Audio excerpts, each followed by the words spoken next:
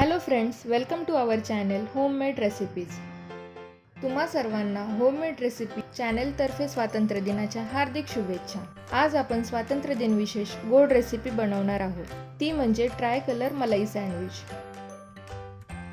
चला तर मग रेसिपीला सुरुवात करूया. इथे मी 1 लिटर गाईचं दूध घेतलं आहे. आता आपण दूध एक उकळी येईपर्यंत गरम करून घेऊयात आणि दूध तळाला चिटकू नये म्हणून अधूनमधून ढवळत राहूयात. आता दुधाला उकळी आली आहे. गॅस बंद करून दूध 5 मिनिटं थंड करूयात. दूध फाडण्यासाठी मी इथे लिंबाचा रसाचा वापर करणार आहे. 2 चमचे लिंबाचा रस 4 ते 5 चमचे पाण्यात डायल्यूट करून घेऊयात.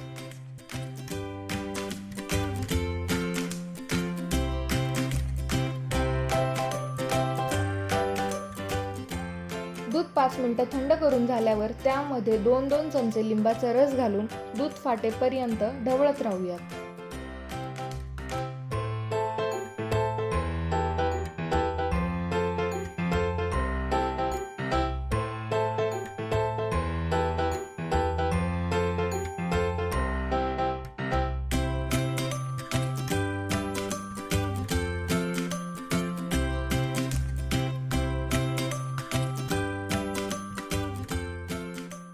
आता दूध व्यवस्थित फाटलं आहे.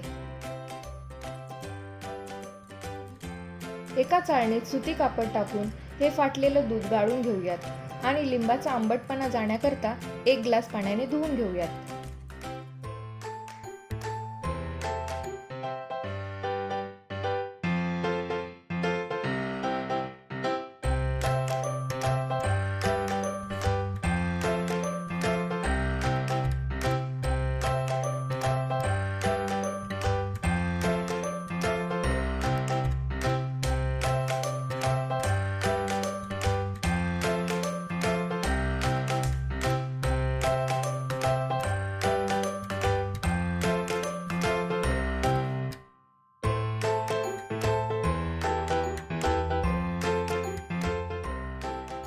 आता तयार पनीरची पोटली बनवून चांगले पिळून घेऊयात आणि त्यातले पाणी निथळण्यासाठी 1 तास तसेच ठेवूयात.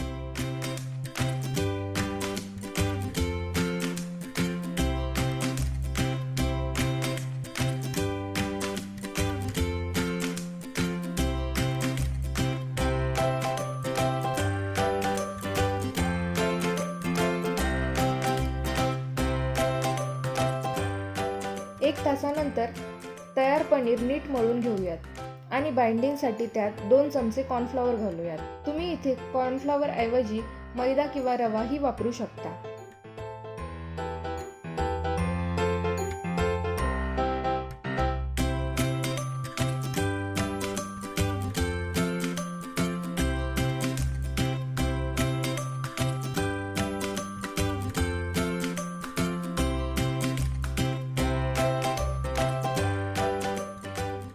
आता तयार पनीरच्या गोळ्यांचे 3 समान भाग करून 2 भाग केशरी व हिरवा रंग टाकून नीट मळून घेऊया.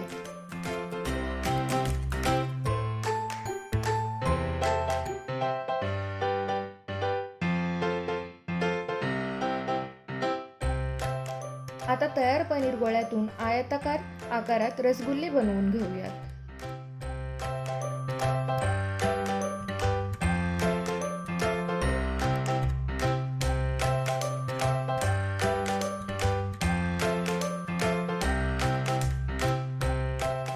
आता आपले सर्व रसगुल्ले बनवून तयार आहेत. आता रसगुल्ले उकळण्यासाठी साखरेचा पाक बनवून घेऊयात. त्यासाठी एका मोठ्या भांड्यात 1.5 वाटी साखर आणि त्याच वाटीने 4 वाटी पाणी घेऊयात.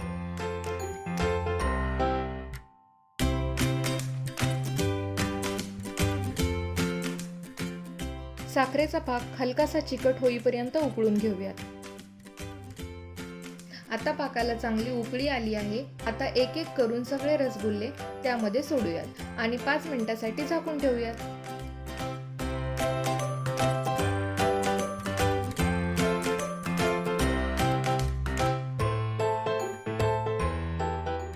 पाच मिनिटांनंतर झाकण उघडून साखरेचा पाक घट्ट होऊ नये म्हणून थोडे थोडे गरम पाणी घालूयात.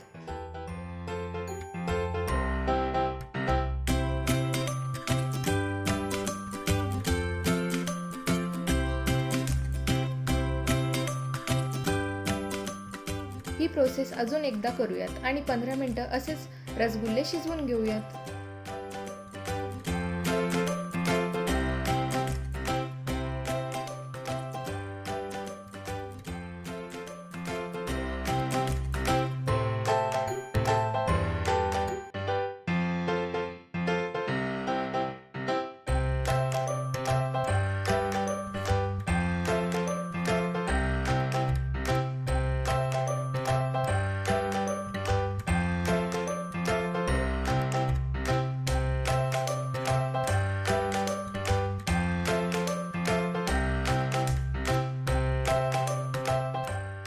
सगळे रसगुल्ले शिजवून झाल्यावर 1 तास रूम टेम्परेचरवर सेट करून घेऊयात.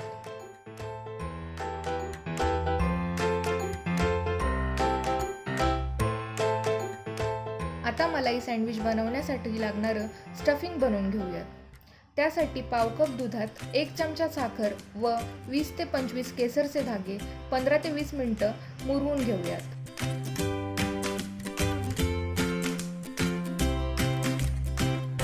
तयार मिश्रण 200 ग्रॅम खव्यामध्ये थोडं थोडं टाकून स्मूथ पेस्ट बनवून घेऊया.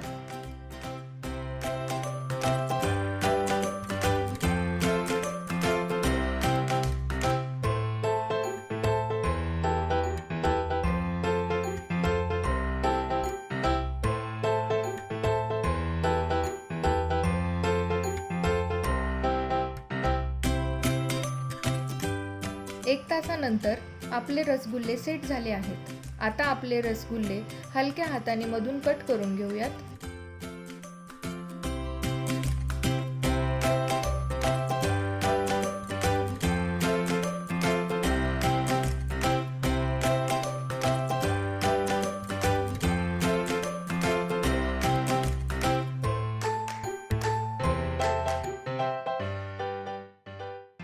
आता तयार स्टफिंग दोन्ही स्लाइसच्या मध्ये भरूयात.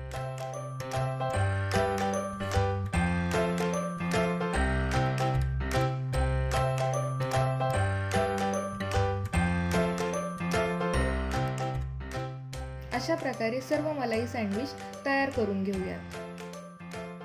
आपली मिठाई अजून छान दिसण्यासाठी काजू व पिस्त्याच्या कापांनी सजवून घेऊयात. तर फ्रेंड्स, तुम्ही पाहू शकता आपली मिठाई खूपच छान दिसत आहे आणि चवीलाही खूप छान लागते. तुम्हीही नक्की ट्राय करा. पुन्हा एकदा सर्वांना स्वातंत्र्य दिनाच्या हार्दिक शुभेच्छा. पुन्हा भेटूयात नवीन रेसिपी सोबत. धन्यवाद.